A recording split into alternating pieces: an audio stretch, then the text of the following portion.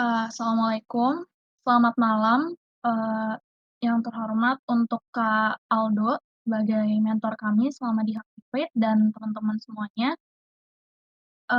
Kami dari kelompok 3 pada malam ini akan menyampaikan hasil dari capstone project kami yang berjudul Analisis Sentimen Data Ulasan Penonton Film dari Platform Letterboxd dengan Algoritma LSTM atau Long Short Term Memory.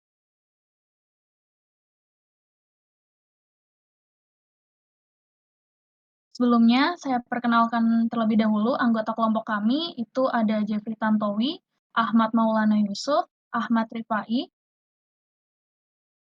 kemudian ada saya sendiri, Melanie Putri Azalia, dan juga ada Meisy.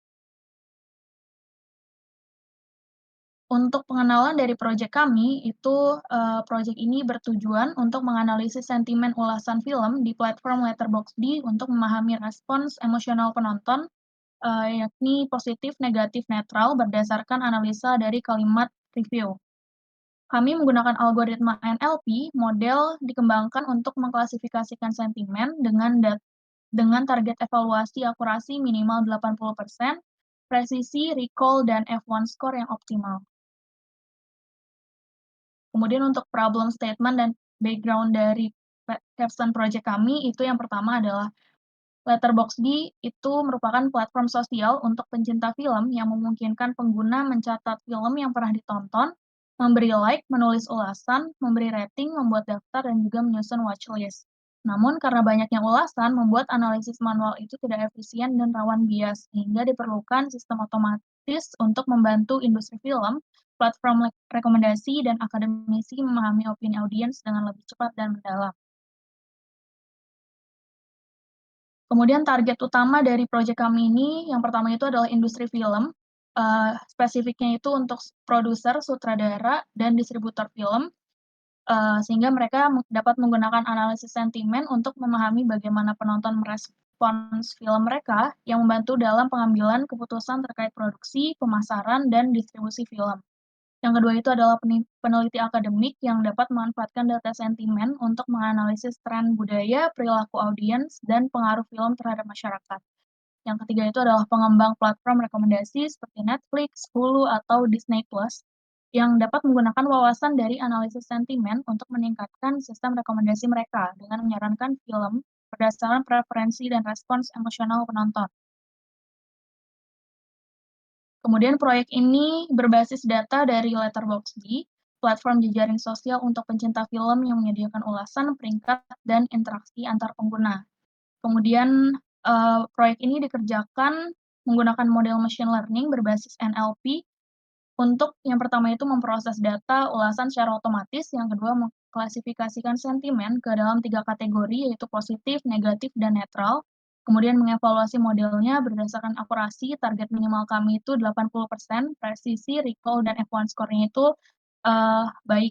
Kemudian hasilnya itu diharapkan memberikan sistem analisis sentimen yang andal dan wawasan yang dapat mendukung pengambilan keputusan di berbagai bidang.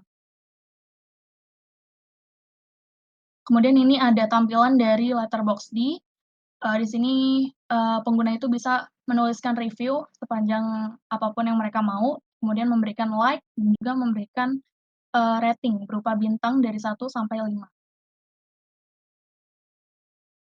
Kemudian teknologi dan juga library atau tools yang kami gunakan itu, yang pertama ada Kaggle untuk, ngambil datanya atau collecting data, kemudian ada library seperti Matplotlib, Pandas, dan juga NumPy. Kemudian untuk deployment kami pakai IBM Cloud, terus untuk library lainnya itu ada TensorFlow dan juga Python untuk bahasa pemrograman. Kemudian masuk ke data collecting, kami akan menjelaskan bagaimana kami mengkoleksi dataset untuk proses analisis. Jadi dataset yang kami gunakan itu ada 3.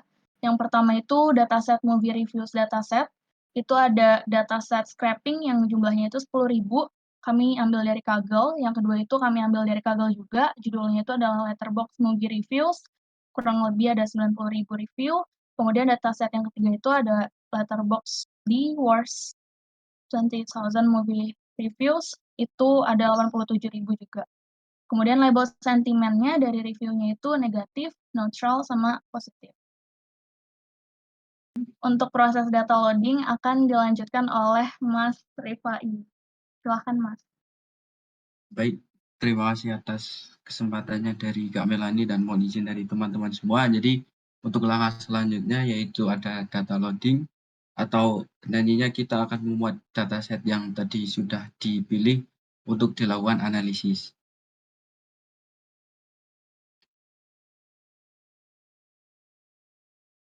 Minta tolong next, Kak. Jadi yang pertama yaitu mengimport library yang dibutuhkan seperti tadi yang sudah dijelaskan seperti NumPy, Pandas, kemudian Matplotlib yang tentunya library tersebut yang akan kita butuhkan untuk analisis sentimen nanti ke depannya.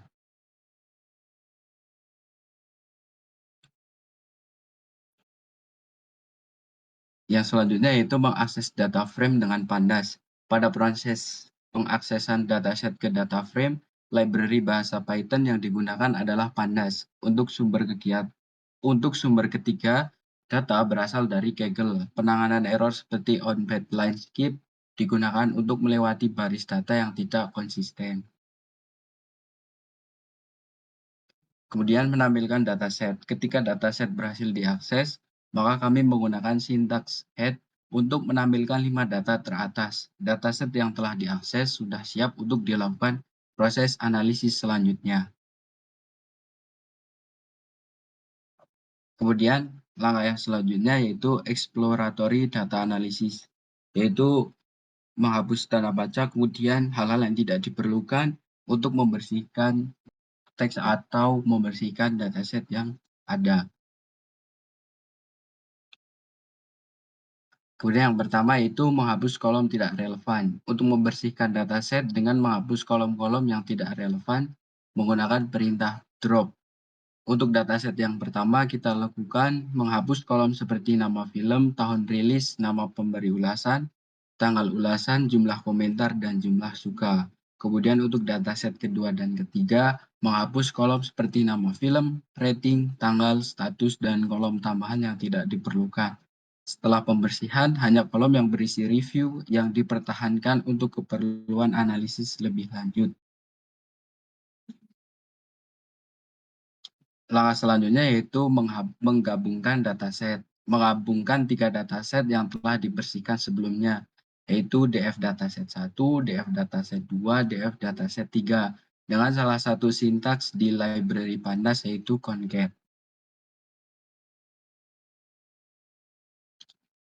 Selanjutnya yaitu memastikan data yang telah disatukan. Setelah menggabungkan ketiga dataset review yang berbeda, penting untuk memastikan bahwa data yang telah digabungkan sudah benar. Untuk memastikan keakuratan data, kami menggunakan perintah head dan tail yang berguna untuk menampilkan 5 baris teratas dan 5 baris terbawah pada data. Selanjutnya itu memeriksa tipe data. Pemeriksaan tipe data ini menggunakan syntax.info. Sintaks ini akan menampilkan nama kolom, jumlah data, dan tipe data. Untuk project sentiment analysis review film, data yang digunakan harus dalam bentuk string atau teks. Di sini terlihat bahwa tipe data sudah sesuai.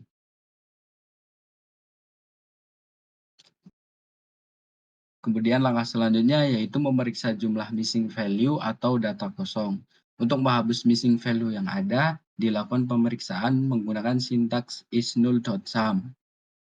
Sintaks ini akan memperlihatkan jumlah total missing value pada data. Terlihat ada 1043 missing value pada kolom review. Yang selanjutnya itu menghapus missing value atau data kosong. Setelah mengidentifikasi missing value, langkah kami selanjutnya adalah menghapus missing value tersebut dengan sintaks drop. Nah, sintaks ini akan menghapus data dengan kolom null.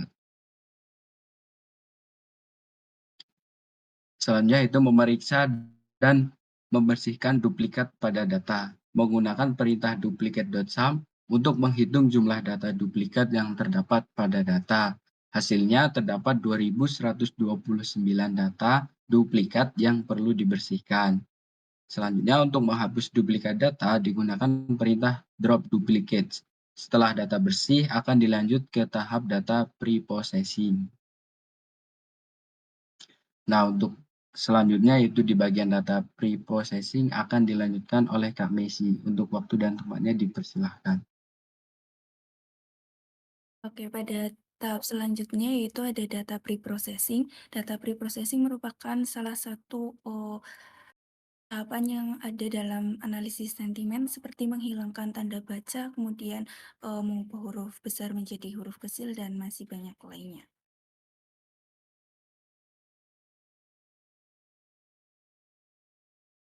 Yang pertama ada text cleaning. Fungsi dari cleaning text ini bertujuan untuk membersihkan teks sebagai bagian dari preprocessing data teks yang termasuk menghilangkan HTML text, punctuation atau tanda baca, mengubah kalimat ke huruf kecil atau lowercase, dan menghilangkan stopwatch. Pada perintah dfreview sama dengan dfreview.apply clean text digunakan untuk menerapkan fungsi clean text ke setiap baris di kolom review pada data frame, sehingga teks yang dia sudah bersih dan bisa dilakukan sentimen analisis. Pada kode di samping menggunakan fader sentimen analisis dari NLTK untuk mengklasifikasikan sentimen pada review menjadi positif, negatif, dan netral berdasarkan skor kompon. Setiap review dalam kolom review diproses melalui fungsi get sentimen dan hasilnya disimpan di kolom baru sentimen. Pendekatan ini cocok untuk analisis cepat pada teks pendek seperti ulasan atau review.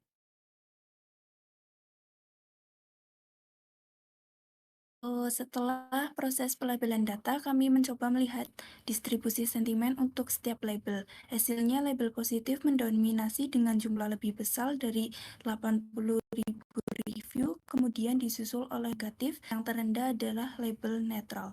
Data kami mengalami imbalance. Hal ini dapat mempengaruhi performa model, di mana model cenderung lebih akurat pada kelas yang dominan.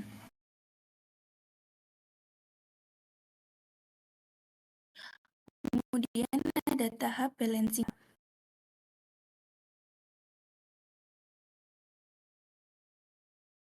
Nah, pada tahap balancing data dilakukan undersampling untuk menyeimbangkan data sentimen dengan mengambil jumlah sampel yang sama dari setiap label sentimen.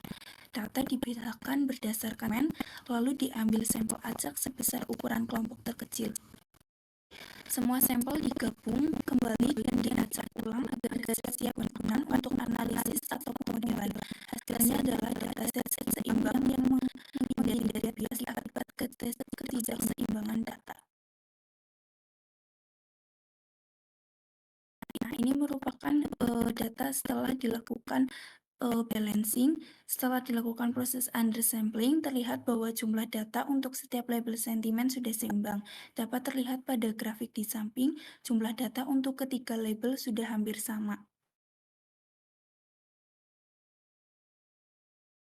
Kemudian ada visualisasi panjang review pada data. Grafik di samping menunjukkan distribusi panjang review yang sangat skewed ke kiri. Mayoritas review memiliki panjang dengan frekuensi sangat tinggi di sekitar nilai kecil.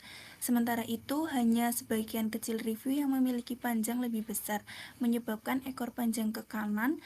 Hal ini mengindikasikan bahwa kebanyakan pengguna menulis review secara singkat.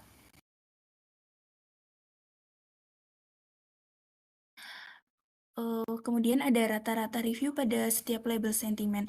Review positif memiliki rata-rata panjang tertinggi 589 kata, diikuti oleh review negatif ada 483 kata, dan untuk netral paling singkat yaitu 106 kata.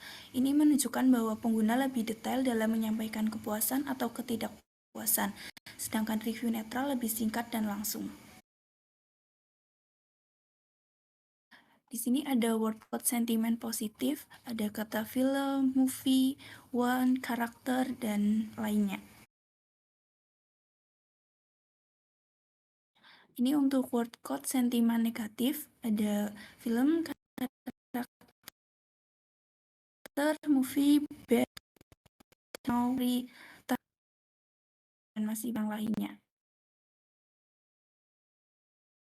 Kemudian untuk word cloud sentimen netral, di sini teman-teman bisa lihat sendiri ada PV, all, tail, grill, one, field, dan masih banyak kata lainnya. Nah, untuk tahapan selanjutnya akan dijelaskan oleh teman kami, yaitu Mas Jeffrey. Waktu dan tempat saya persilahkan. Saya akan melanjutkan di bagian Feature Engineering. Feature Engineering ini sendiri bertujuan untuk mengolah data mentah atau mengubah data mentahnya sendiri agar dapat lebih sesuai dengan model untuk di training.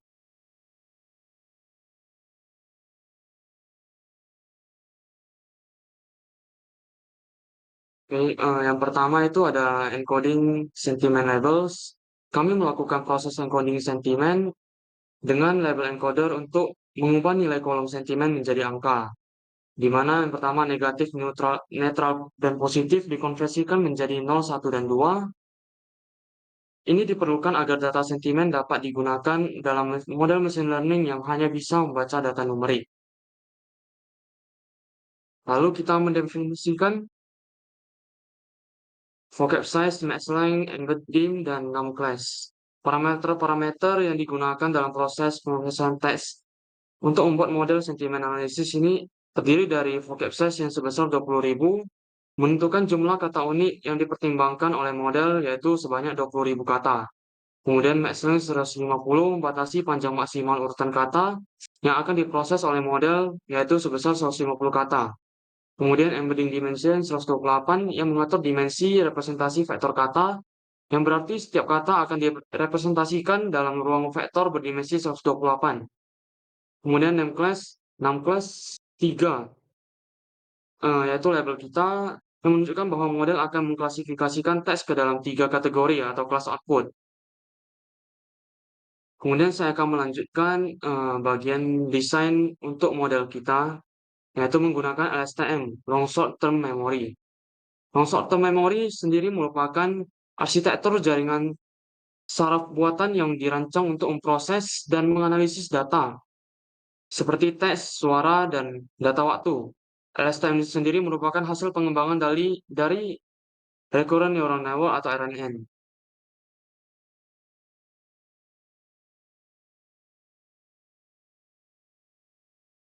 Yang pertama dilakukan adalah membagi data menjadi dataset training dan testing. Kode tersebut digunakan untuk mempersiapkan data training dan testing sebelum pelatihan model. Yang pertama digunakan untuk menyimpan kolom review dari dataset ke dalam variabel X sebagai fitur input atau test review kita. Kemudian yang kedua itu menyimpan sentimen dari dataset ke dalam variabel Y sebagai target output atau label sentimen. Kemudian kita mengubah label sentimen menjadi format one-hot encoding untuk klasifikasi multikategori. Lalu kita membagi data menjadi data pelatihan sebanyak 80% dan data pengujian 20% dilihat dari test size 0,2, di mana data pengujian dan data pelatihan ini dibagi secara acak dengan random state 42 untuk memastikan hasil yang konsisten. Lalu dilanjutkan dengan text vectorization. Kami menggunakan text vectorization untuk mengubah teks menjadi representasi numerik yang dapat digunakan oleh model dengan parameter max tokens untuk menentukan jumlah maksimal kata unik yang sesuai dengan vocab size yaitu 20.000. Kemudian output mode integer untuk menghasilkan indeks numerik untuk setiap kata. Lalu output sequence length untuk membatasi panjang urutan sesuai dengan max length. Lalu kita dilanjutkan dengan vectorizer dari Xtrain. Digunakan untuk menyesuaikan vectorizer dengan data pelatihan agar dapat mempelajari kosakata dari teks. Lalu kita melakukan desain dari model. Yang pertama, yaitu input layer, menerima teks mentah berupa tipe data string, kemudian dilanjutkan dengan vectorizer dan embedding untuk mengubah teks menjadi vektor angka. Lalu untuk arsitektur model LSTM yang kami bentuk, yaitu LSTM layers, terdiri dari bidirectional LSTM untuk menangkap konteks teks dari kedua arah.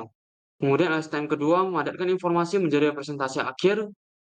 Lalu dropout 0,3 atau 30% digunakan untuk mencegah overfitting. Kemudian layer selanjutnya itu full connected layers dengan dense source dopamine unit dan aktivasi relu untuk proses pola. Lalu dropout 30% untuk regularisasi dan output layer dengan softmax untuk menghasilkan probabilitas untuk 3 kelas sentimen yang terdiri dari positif, netral, dan negatif. Angka seperti 128, 0,3 dipilih untuk keseimbangan antara kapasitas model dan mencegah overfitting. Lalu setelah itu kami menyusun model untuk menganalisis sentimen dengan menghubungkan lapisan input dan output ke dalam objek model menggunakan framework Keras. Optimizer Adam dengan learning rate rendah 1,3e-4 dipilih untuk memastikan pelatihan model berlangsung stabil dan konvergen secara efektif. Kemudian model ini dikompilasi menggunakan fungsi loss categorical cross entropy yang sesuai untuk klasifikasi multikategori. Lalu metrik akurasi digunakan untuk mengevaluasi performa model selama pelatihan dan pengujian. Konfigurasi ini mempersiapkan model agar siap dilatih dengan data sentimen. Berikut adalah tabel dari arsitektur model STEM kami dengan total params menunjukkan total parameter yang dilatih dalam model yaitu sebesar 3.037.187 dengan ukuran model sekitar 11,59 MB. Lalu kita melakukan proses training terhadap model tersebut, di mana model dilatih dengan pengaturan awal 40 epochs dan berhenti menggunakan early stopping di penghentian epochs ke-22 dengan melihat validation loss. Lalu di bagian evaluasi model berhasil mencapai pelatihan sebesar 84,14% dengan loss 0,45, menunjukkan kemampuan yang baik dalam memahami pola data. Pada pengujian dengan data baru, akurasi mencapai 83,64%, yang menandakan performa model cukup konsisten dan dapat diandalkan untuk analisis sentimen. Berikut adalah grafik visualisasi hasil training kami, di mana akurasi sudah terlihat cenderung menaik dan loss validation sudah cukup menurun dari hasil training juga. Ini menandakan bahwa model sudah belajar dari data yang telah kita berikan. Lalu kita melakukan saving dari model tersebut dalam dua format, yaitu format H5 dan format save model PB untuk dilakukan deployment pada IBM Cloud. Oke, untuk bagian testing sendiri akan dilanjutkan oleh Mas Yusuf. Dipersilakan Mas Yusuf.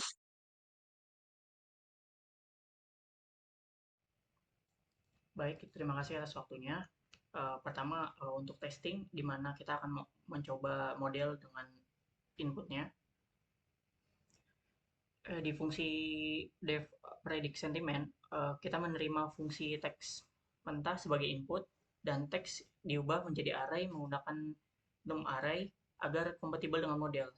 Lalu ada prediksi probabilitas. Model menghasilkan prediksi berupa probabilitas untuk setiap kelas sentimen negatif, neutral, positif. Hasilnya adalah array dengan 3 nilai, masing-masing mewakili probabilitas setiap kelas. Klasifikasi sentimen. NumPy Argmax Prediction digunakan untuk menentukan indeks kelas dengan probabilitas tertinggi. Sentimen diinterpretasikan berdasarkan indeks menggunakan label yang sudah didefinisikan, yaitu negatif, netral, positif. Output mengembalikan sentimen yang diprediksi dan probabilitas dalam format yang mudah dibaca. Contoh implementasi seperti teks, seperti contohnya I really enjoy this movie, it was fantastic, diproses untuk menghasilkan prediksi sentimen, misalnya positif, dengan tingkat kepercayaan tertentu, misalnya 0,96.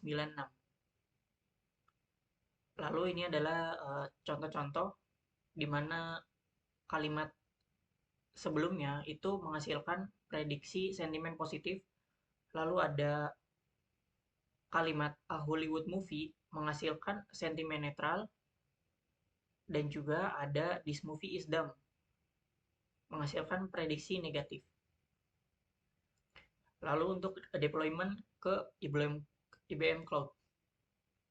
Sebelum membuat deployment service dari model yang sudah ditrain dan disimpan, harus membuat akses APK supaya notebook deployment bisa mengakses model yang sudah di-deploy. Pertama, pergi ke halaman IBM Cloud di sini, lalu klik Manage, lalu pilih bagian akses IM gitu. Setelah masuk ke halaman IM, pada sidebar klik APK. Nah, di sini APK. Setelah masuk halaman APK, lalu klik tombol Create Plus untuk membuat APK baru. Selanjutnya, masukkan nama API yang ingin kita gunakan. Nama yang digunakan contohnya bebas.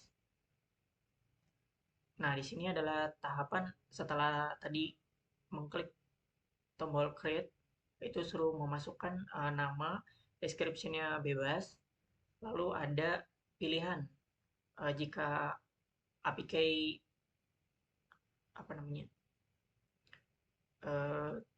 diketahui orang gitu misalkan, jadi bisa di disable atau di delete atau dibiarkan saja.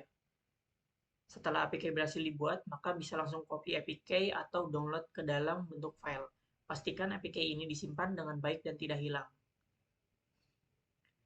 Setelah dengan APK, langkah berikutnya adalah berpindah ke halaman Watson IBM Watson. Di halaman ini, kita akan melihat tampilan seperti dashboard utama yang berisikan berbagai menu dan opsi. Pada dashboard, klik opsi deployment untuk melanjutkan. Langkah berikutnya adalah memilih opsi New Deployment Space. Opsi ini digunakan untuk membuat ruang kerja baru yang akan menjadi tempat kita mengelola atau mengatur berbagai development. Setelah memilih Development Space, masukkan nama untuk ruang kerja sesuai kebutuhan. Selanjutnya, pada bagian Deployment Stage, pilih opsi Production. Kemudian, pada layanan Machine Learning Service yang tersedia, jika layanan tersebut belum muncul pada daftar, kita perlu membuatnya terlebih dahulu. Setelah semua pengaturan selesai, klik tombol Create untuk membuat ruang kerja baru. Setelah klik tombol Create, akan muncul pop-up dengan opsi View New Space. Klik opsi ini untuk langsung masuk ke ruang kerja baru yang telah Anda buat untuk melakukan konfigurasi atau pengaturan lainnya. Untuk melakukan deployment dengan file .h5 dari training model di luar IBM Watson Notebook, langkah-langkah yang harus dipersiapkan adalah pastikan deployment space instance sudah tersedia, lihat instruksi sebelumnya, kompres file H5 ke dalam file zip. Selanjutnya, impor file .zip ke dalam deployment space yang telah dibuat. Caranya pergi ke deployment space yang sudah dibuat, klik aset, kemudian pilih import aset. Setelah memilih import aset, pilih opsi local file, kemudian pilih model yang ingin diupload dan unggah file .zip yang berisi model H5 yang telah kita kompres sebelumnya. Selanjutnya, klik New Deploy, pilih tipe deployment online, isi bagian name dan saving name sesuai keinginan. Setelah itu, klik tombol Create untuk menyelesaikan proses deployment. Tampilan setelah berhasil dibuat. Kemudian klik nama project, maka akan muncul tampilan awal, pilih API reference. Pada kode snippet, pilih Python. Langkah selanjutnya yaitu testing. Masukkan input data review film, kemudian klik predict, maka akan muncul predict result. Pilih JSON view. Menunjukkan positif karena probabilitas terbesar ada di indeks terakhir. Untuk melakukan testing, buat notebook baru dan gunakan public endpoint yang telah tersedia di dalam notebook. Kita dapat mengakses endpoint untuk melakukan pengujian terhadap model yang sudah di-deploy. Lalu ada web app, di mana web app ini berisikan user interface dan testing web app. Teknologi yang digunakan yaitu Next.js untuk front-end dan back-endnya Express.js. Pada tampilan dashboard pada web app-nya seperti ini. Di sini bisa tampil beberapa card, ada movie-movie-nya. Tuh. Lalu jika kita mengklik view details pada salah satu card movie-nya, seperti ini page-nya. Tampilan salah satu film dan kolom komentar prediksi sentimen berdasar komentar. Lalu misalkan kita mengisi kolom komentar, jika kita mengisi kolom komentar dan klik button, maka akan munculkan pop seperti di bawah. Ada komen, ada pop-up komen telah ditambahkan, lalu keluar hasilnya sentimen positif. Lalu saya di sini ingin mencoba untuk deployment yang tadi yang menggunakan Google Colab. Ini ada API key-nya, terus header-nya sesuai dari instruksi IBM Cloud. Terus kita masukkan payload scoring, ini input data, terus di datanya ada kalimat-kalimat yang kita ingin prediksi gitu. Misalnya kayak I love this movie, action movie, this movie is dumb. Jika kita jalankan, maka akan merediksi sesuai outputnya. Tadi kalau misalkan yang pertama itu positif, yang kedua itu netral, karena array yang kedua itu lebih besar, lalu yang ketiga itu negatif, karena array yang pertama itu lebih besar dari kedua array yang lainnya. Lalu di sini ada web app-nya, klik di sini untuk menonton. Di sini tampil beberapa movie, ada card-cardnya, terus ada sidebar-nya, ada nama kita ditampilkan, ada support, ada feedback gitu. Jika kita memilih salah satu, misalkan ini The Shawshank Redemption, lalu kita klik view details. Nah, seperti ini ada muncul nama filmnya, ada genrenya, ada tahun terbitnya, ada minimal sinopsisnya, dan tombol klik watch now gitu.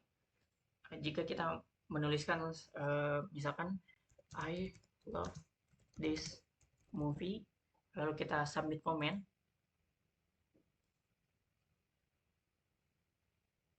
maka di sini akan munculkan pop-up seperti komen telah ditambahkan, lalu hasilnya sentimen positif.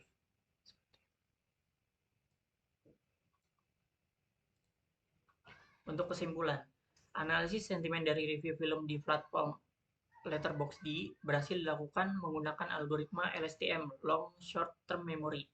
Model mencapai akurasi pelatihan sebesar 84,14% dengan loss 0,4539, serta akurasi pengujian 83,64%, menunjukkan konsistensi dan kemampuan memahami pola data. Model ini telah berhasil dideploy di IBM Cloud melalui API dan web app. Melalui proyek ini ditemukan solusi untuk memahami sentimen pengguna secara otomatis, membantu platform film seperti Letterboxd meningkatkan rekomendasi, memahami audiens, dan mengoptimalkan pengalaman pengguna berdasarkan data sentimen. Rekomendasi: pengembangan model lebih lanjut. Disarankan untuk mengkombinasikan algoritma LSTM dengan teknik lain seperti teknik attention mechanism guna meningkatkan akurasi model dalam memahami konteks data teks yang lebih kompleks, dan juga penggunaan pre-trained embedding seperti word-to-vec atau BART juga dapat diintegrasikan untuk hasil yang lebih optimal. Penerapan pada data yang lebih besar. Model ini dapat diuji pada dataset yang lebih besar atau lebih bervariasi seperti urasan film dari platform lain, misalnya seperti IMDb atau Rotten Tomatoes, untuk pengujian generalisasi model.